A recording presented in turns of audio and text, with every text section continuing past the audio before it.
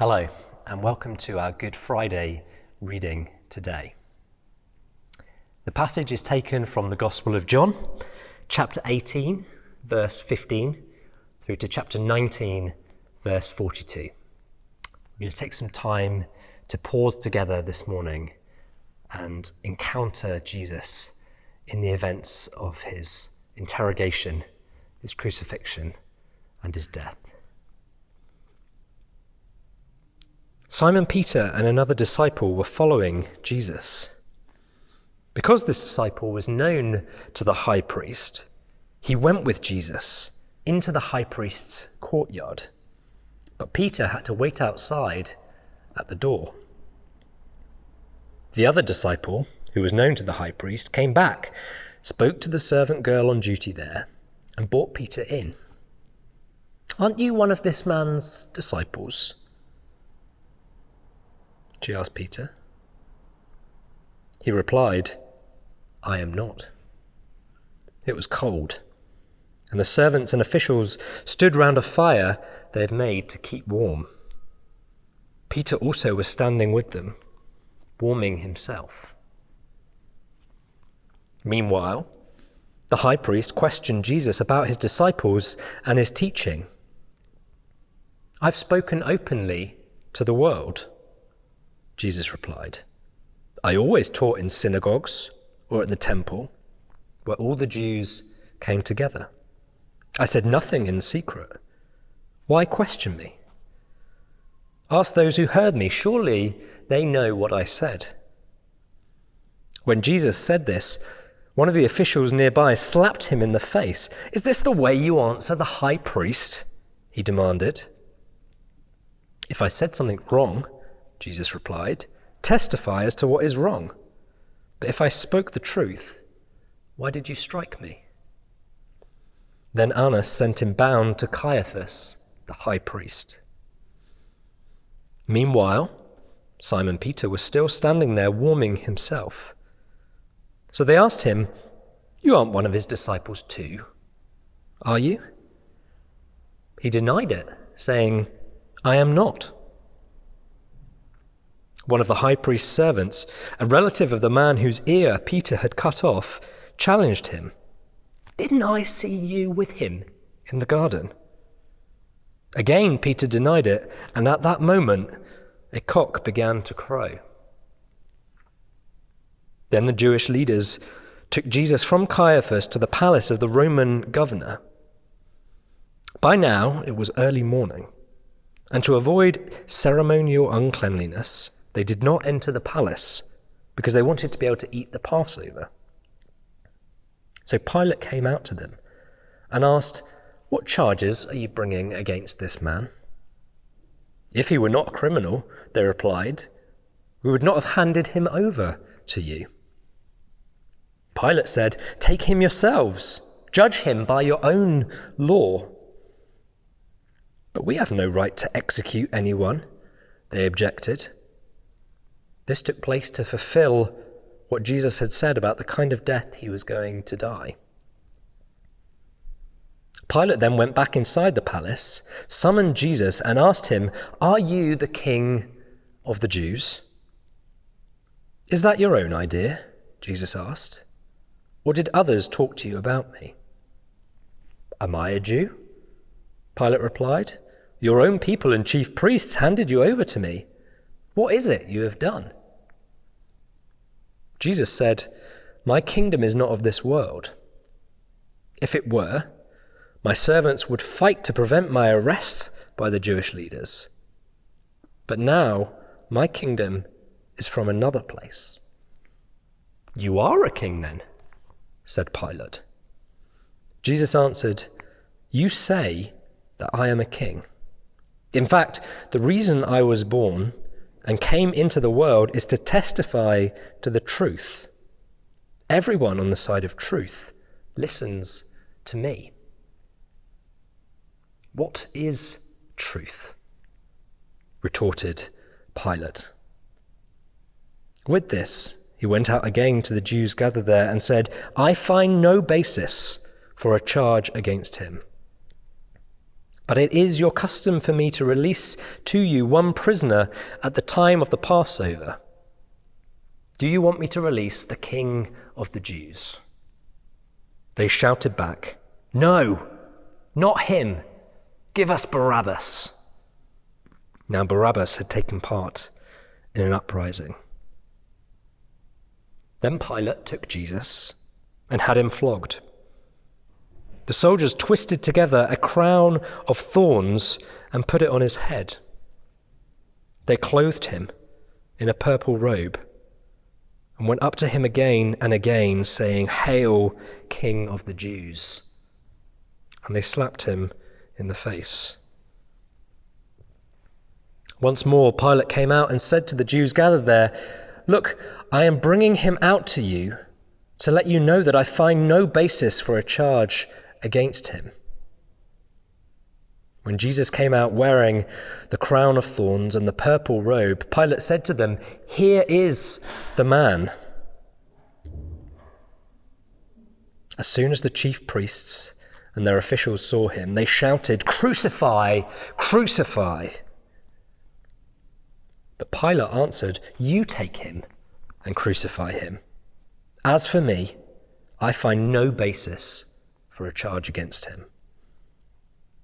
The Jewish leaders insisted, "We have a law, and according to that law, he must die because he claimed to be the Son of God." When Pilate heard this, he was even more afraid, and he went back inside the palace.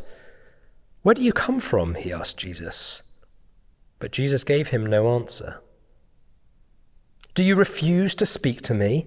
Pilate said. "Don't you realize I have the power either to free you or crucify you?"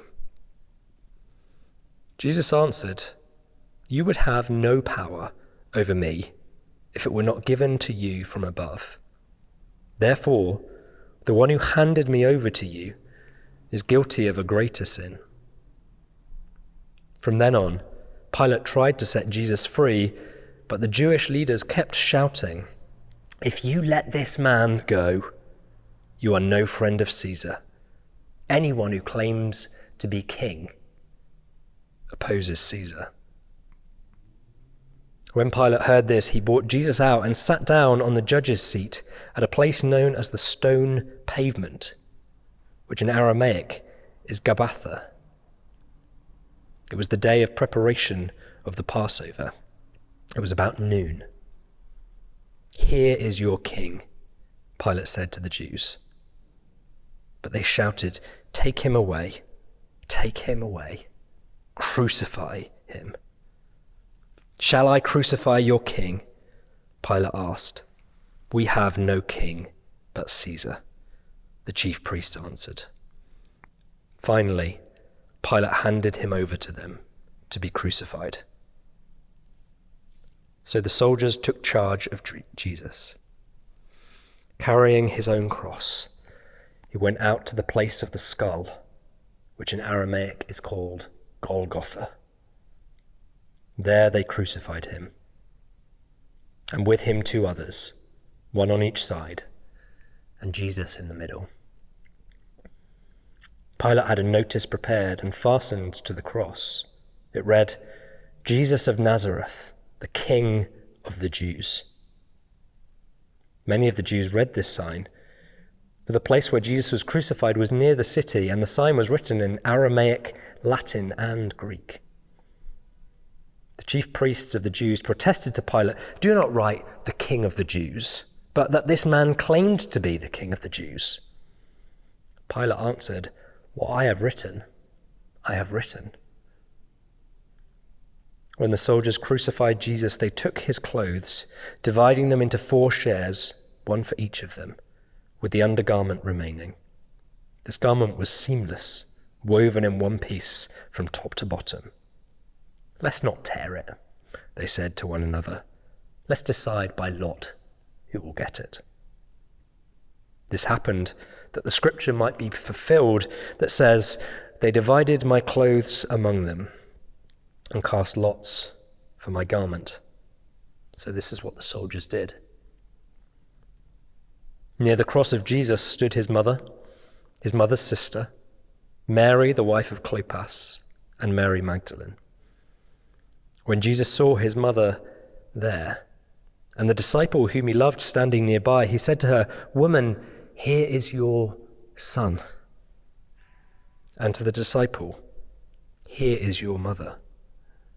From that time on, the disciple took her into his home. And later, knowing that everything had now been finished, and so that scripture would be fulfilled, Jesus said, "I am thirsty." A jar of wine vinegar was there, so they soaked a sponge in it, put the sponge on the stalk of a hyssop plant, and lifted it to Jesus' lips. When he had received the drink, Jesus said, "It is finished." With that, he bowed his head and gave up his spirit. Now it was the day of preparation, and the next day was to be a special Sabbath. Because the Jewish leaders did not want the bodies left on the crosses during the Sabbath, they asked Pilate to have the legs broken and the bodies taken down. The soldiers, therefore, came and broke the legs of the first man who had been crucified with Jesus, and then those of the other. But when they came to Jesus and found that he was already dead, they did not break his legs. Instead, one of the soldiers pierced Jesus' side with a spear, bringing a sudden flow of blood and water.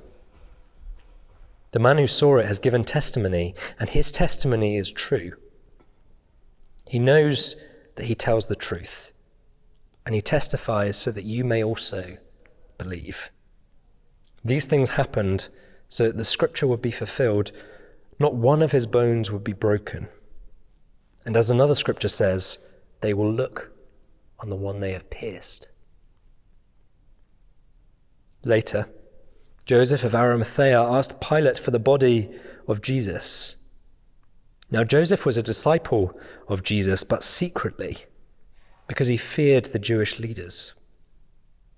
With Pilate's permission, he came and took the body away. He was accompanied by Nicodemus, the man who'd earlier visited Jesus at night. Nicodemus brought a mixture of myrrh and aloes, about 35 kilograms. And taking Jesus' body, the two of them wrapped it with the spices in strips of linen. This was in accordance with Jewish burial customs. And at the place where Jesus was crucified, there was a garden, and in the garden, a new tomb in which no one had ever been laid. Because it was the Jewish day of preparation, and since the tomb was nearby, they laid Jesus there.